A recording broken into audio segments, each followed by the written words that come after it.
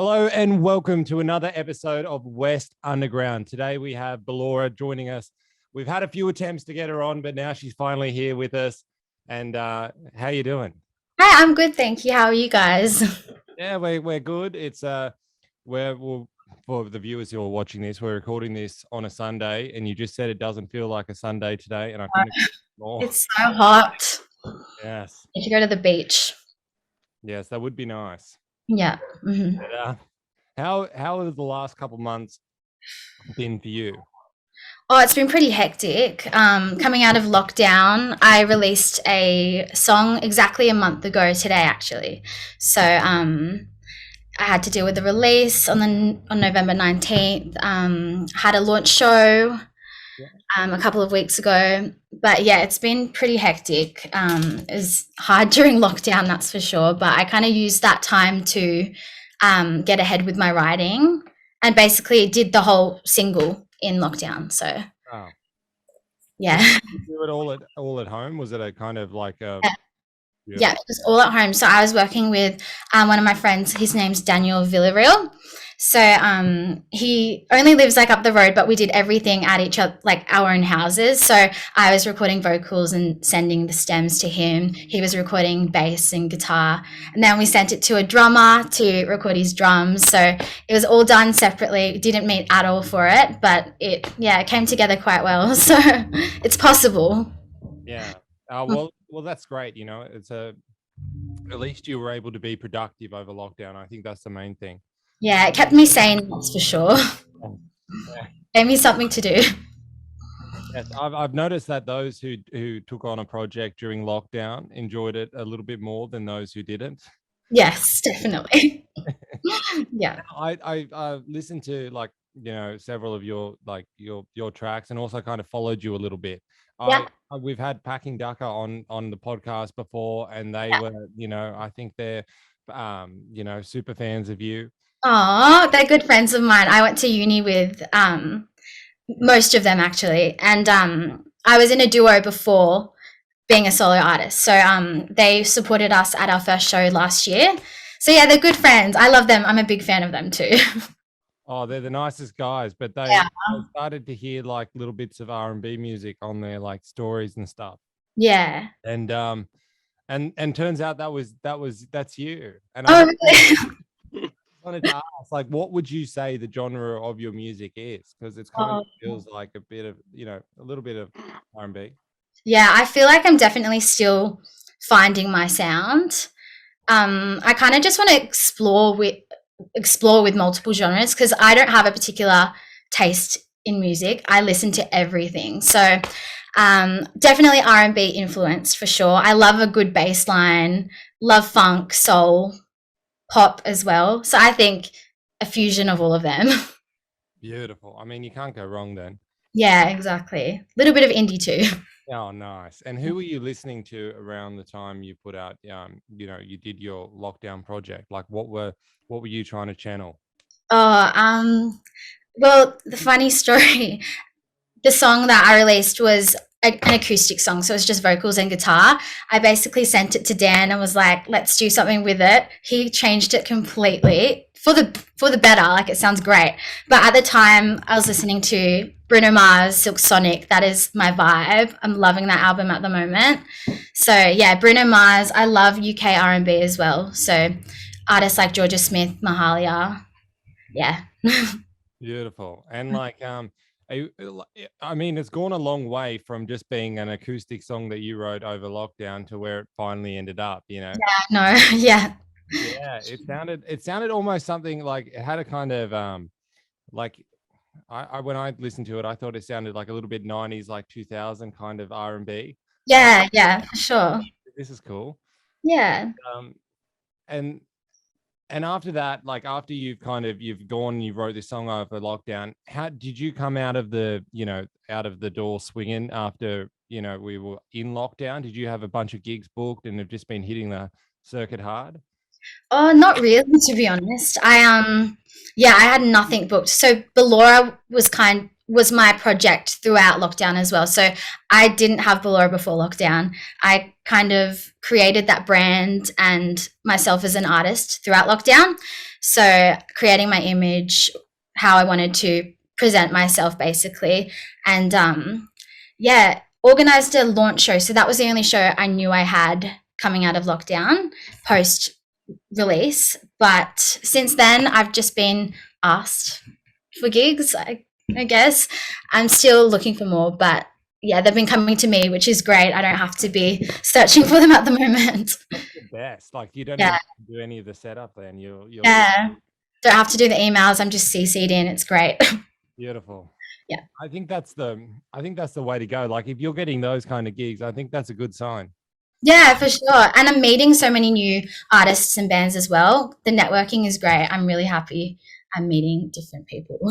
Yeah, yeah. And was it a bit hard at first, like when you when you started playing gigs? Like, were you going to like venues and having a couple different bands on the bill, and like is it because of your sound or the sound that I've heard of yours? Yeah. It's hard to kind of fit in with like some kind of hard rock dudes, and then all of a sudden, I don't know if you saw the lineup for my launch gig, yeah, but it was they were all amazing. Pastuzo, yeah, Alana, and the Bifters. yeah, Yeah, so very different bands. It was great though to have that diversity in the show, yeah.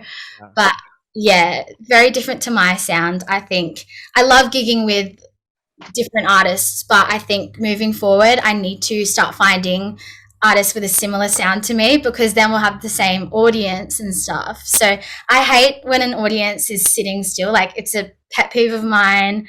I can't deal with that. So I've been noticing at those kind of shows, whenever I get up on stage, it's harder to get the audience like dancing, which is what I want because they kind of just sit and chill. But you gotta keep trying. Yeah, that's of course. You might even have to just come out of as soon as you get up there, just hit them with like some classic, and then you've kind of got their attention now, and you're like, yep. Yeah, well, I've been doing Grace Kelly by Mika at every show, and that's the one that gets everyone standing. Like, I don't care if my sound isn't your vibe, this song gets everyone up. Yeah, yeah. Do you have any songs that are in the same key to kind of like go from one to another in kind of like a little medley kind of way? Oh, I used to I changed the key of the song so I could kind of fuse them together. Yeah. I don't think the keys are so different. But yeah, I think at least one I'll try and kind of mesh them together so there's no break in between. But yeah. Cool. And like when you started your musical journey, so obviously you were quite young when you started singing. Yeah, well, I started with clarinet, so that's like my main instrument. I mastered, I did my AMEB grades and everything. Yeah. I picked up piano. I was very shy with singing. I just hated singing in front of people.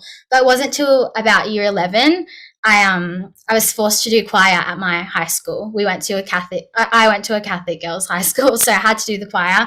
And my teachers heard me sing and were starting to like hear me a bit more and were like, can you sing at assemblies? Can you sing the national anthem and stuff? So the more I started to sing, the more confident I got. And then, yeah, I ended up doing singing for my HSC, which is not what I expected to do. I was going to do clarinet because it's my master instrument. But yeah, I ended up singing. It was so much fun. And yeah, I haven't stopped since. So yeah. I think that's a good thing, Yeah. I that the teachers like took you under the wing and nurtured you rather than were like, Yeah, get for back sure. on the clarinet, Yeah, they were very encouraging. Yeah. And like, do you think that helped you kind of train your ear as a kid, like just playing clarinet? Oh, definitely. I learned how to read music. It makes writing so much easier because I can like transcribe and everything. So it's so good. Beautiful. Mhm. And do you still pull out like the clarinet ever, like and have a bit of a jab? I've tried. It's like Squidward on stage. Imagine whipping out the clarinet at a gig. No, well, I teach clarinet piano, so I'm always playing it, but not performing it. Yeah. Yeah. I see. Now, Paul, you're in this interview as well, aren't you? Oh, for sure I am, Hamish. I just thought I'd let you talk for a bit until I jumped in. I just want to know, do you write the lyrics, or do you make the music first? Because you say you got like two different genres you haven't decided on. Like, Yeah. does the lyrics come first, or the music comes first for you? Or it depends. I feel like it's different every time. Like I'll get a treat. I'll try and find like a word and base it around that. If I think of a really cool line, I'll like jot it down and try and put it in the song somehow. But usually I'll start with chords. I feel like that's the easiest way to write a song. Start with your chords and then melody and then, yeah, lyrics. I think that's the most like practical way, hey, because that Yeah. way you can just kind of build, you're just building layer upon layer until Yeah, for sure. Yeah. But like when you're sitting on the piano playing your chords, right? Mhm. Are you kind of thinking of like words and phrases, or are you just mumbling to yourself kind of thing until you're kind of working out where the notes are and figuring out the melody? Yeah, I guess so. Yeah, usually I can hear it in my head, and having done my grades as well, I know my scales, so I know Yeah. where they should land and Yeah. what sounds like imperfect, what sounds perfect, what sounds a little bit minor. Like, yeah, it's pretty easy to come up with a chord progression. But yeah, I love all the jazz chords, so that's where I struggle because they're really tricky. So I'll be like, "Can you make this chord funkier?" And I'll send it to Dan, and then he'll be like, "Okay, easy." Then I'll be like E flat 9 7, etc., etc. Yeah. Yeah. Yeah. And is he doing all this on guitar? Yeah, yeah. Oh man, you're giving him like acrobat, you know, I know. with his fingers. It's good. I feel like we're a good team. We'll be writing the EP together. So he comes up with really good well, he produced the song. So he's coming up with really good like chord progressions, and I'm kind of starting with that and then coming up with a melody and lyrics. Cool. That's awesome. And like, do you sometimes give him chord progressions that he's just like he looks at you with a bit of like fear in his eyes because he's just imagining how he's going to play that on guitar? And Oh no, he's a wizard. He's incredible. Like nothing could scare that dude. oh well, that's good. That's good. Yeah. So is he a jazz guitar player through and through? Like, He's a bass player. So I see. picked up guitar as well. But I think he is a jazz player because he knows his stuff. Very smart. Yeah, it's weird. I feel like bass players always go down the route of playing jazz guitar. Yeah, Where guitar players will pick up the bass and just for sure. along with the pick. So good. But like moving forward now into looking at the future, and I suppose we're about to wrap up, 2021, Yeah. start the new year. Crazy. What a roller coaster this has been. But like, what are you most excited about to like start 2022 with? Yeah. Well, I just want to keep gigging. I love performing. It gives me a high. Keep writing. I'm very much going with the flow next year. I don't want to rush any projects. I only want to produce and release something that I'm fully confident in. But yeah, I just want to try new things. Like at the moment, I've been writing for some other bands. So I took a pop punk turn. Yeah. So that's really fun. And I'm finding writing those kind of genres like it's good for me to learn as well and figure out the characteristics of those genres. And then, yeah, it's lots of fun. So that's a new passion that I've recently found. How did you get how did you get involved? Did bands come up to you and were like, hey? Yeah, just message me and be like, would you be interested in creating a demo with this? And then I come up with like the lyrics and the melody. Yeah. Oh, that's cool. Mhm. Yeah. And like, is it the same as like, I suppose the same kind of structure for you? Like you just got to write, nice like kind of melodies, but also I imagine it's a bit more aggressive than your current genre of music. How's that been for you? Yeah, no, I think the feedback I got from the first one I sent was like, make it a little bit like more aggressive or like harsher, less like pretty and, no runs and stuff. Cause it's really hard for me to like not throw a run in there, but yeah, just keep it simple. Yeah. Nothing too fancy. I think that keep it simple is a good, analogy for everything in life. Yeah, sometimes the simpler the better. Yeah. Mm. And like, and then with your kind of instrumentation, Mhm. did they just take that and then, you know, with your chord progressions and everything, and then when you start to hear, have you heard demos back of them, you know, doing a version of the song? Does that make sense? Like, have they sent that back to you? Well, they have like all the instrumentation, well, a rough version done, and then they send it to me and they're like, what can you do with it? So then I'll record my vocals and like lyrics. So that's really all I'm doing at the moment. I'd give them feedback if I thought they should change anything here and there, but don't want to do too much on their songs. Yeah, More that like a collaboration. makes a lot of sense. Sorry, I was envisioning you like sending them a recording of you playing piano and singing and send it to them, and they send it back to One you day. with and everything. Yeah, one day I'd love to do that. I think I'm slowly starting to. The baby steps. Oh, well, very nice. And have any festivals of 2022 like approached you? Have you got any that you've got your eyes set on that you would like to? Oh, Like, not yet. I would love to though. yeah, Um, yeah, no, I have to look into that because that would be awesome to do a festival. yeah, Yeah. I feel like I'd need to release another track or a few more original songs. But yeah, I'm next year I'm going to start performing more original stuff because at the moment it's some originals, some covers, but it's kind of 50-50 and I want to make it more 60-40 originals, yeah. Or 70-30. Yeah. I reckon you'll do that. Like you know, you've got to like it's a whole year. You know, Yeah, exactly. Yeah. didn't you say you created the brand for you know yourself over lockdown? Yeah. You know, imagine what you do in a whole year. You know, Yeah, exactly. Yeah. Well, it's going well so far. yeah, I reckon you'll be looking at 90-10 by the end of next year. And yeah, like, but have you yourself, have you got any like personal goals that you've got to, you know, like, for an example, when we're doing this podcast, I say to Paul, I would like to do this. You know, these are our kind of like weekly goals. So then we kind of have a monthly one and you know, a 3-4 month one. Yeah. I'm just wondering, do you have any, you know, set for yourself for 2022, like the little ones and then also some bigger ones?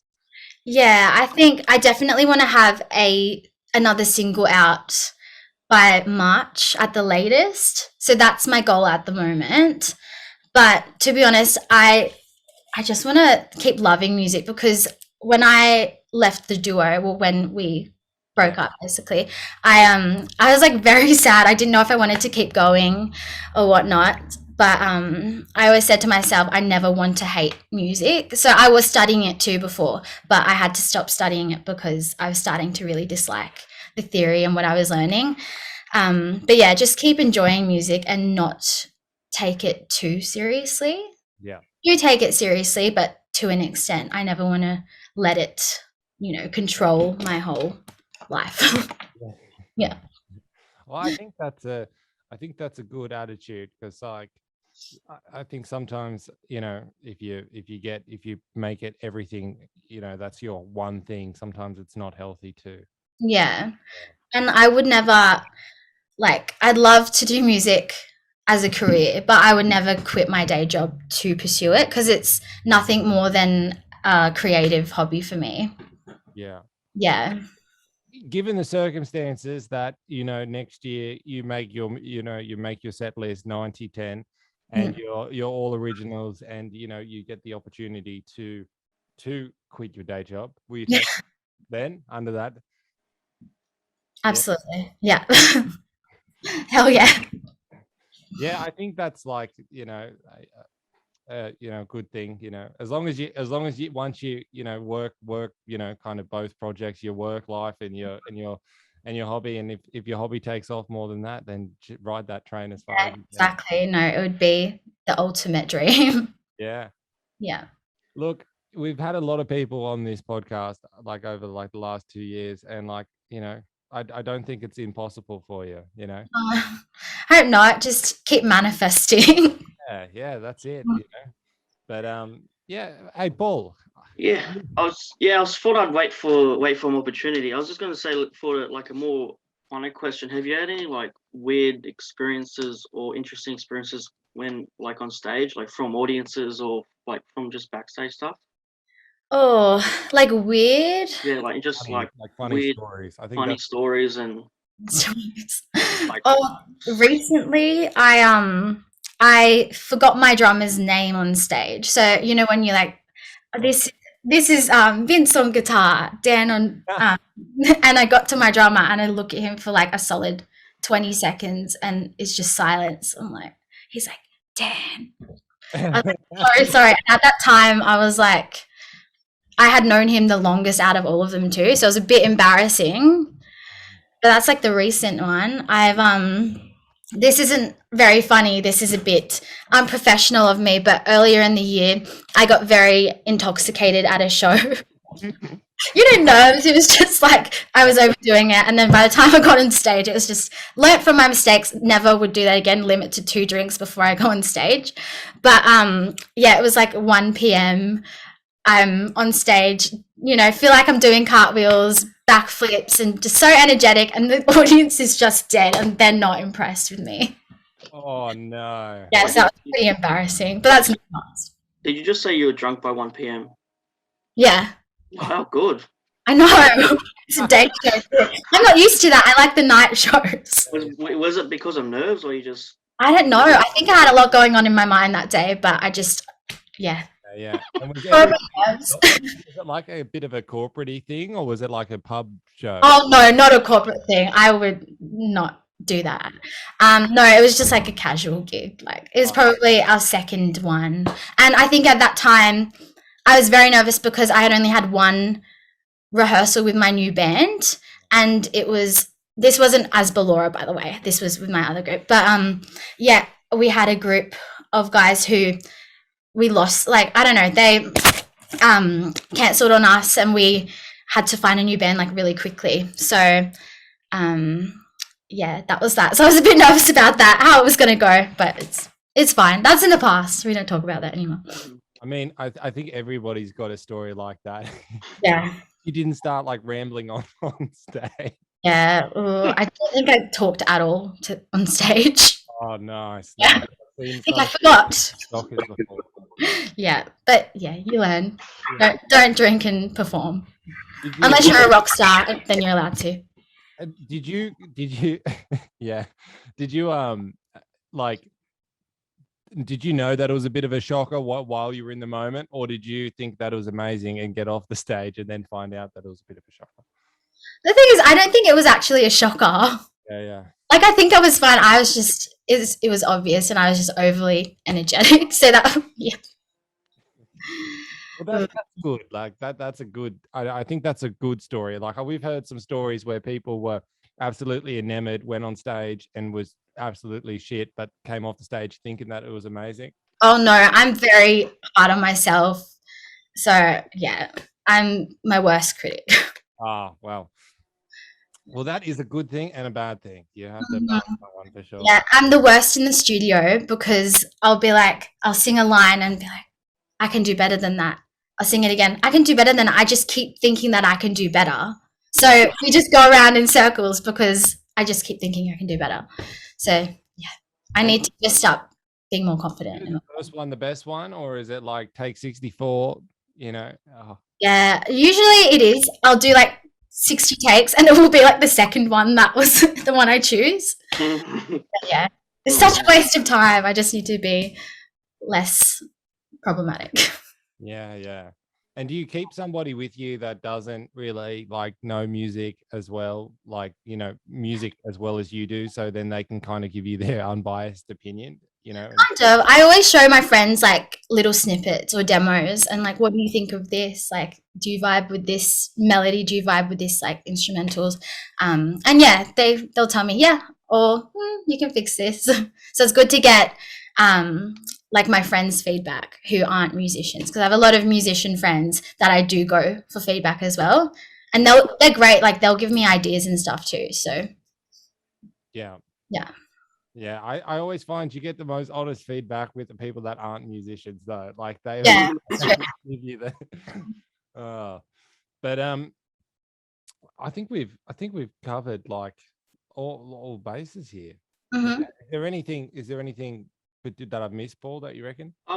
I was just gonna say, do you find that because you guys classify as a solo artist now, Yeah, but yeah. you have people helping you. So do you feel like all those retakes are less and less now because it's just you just have to worry about what you do by yourself?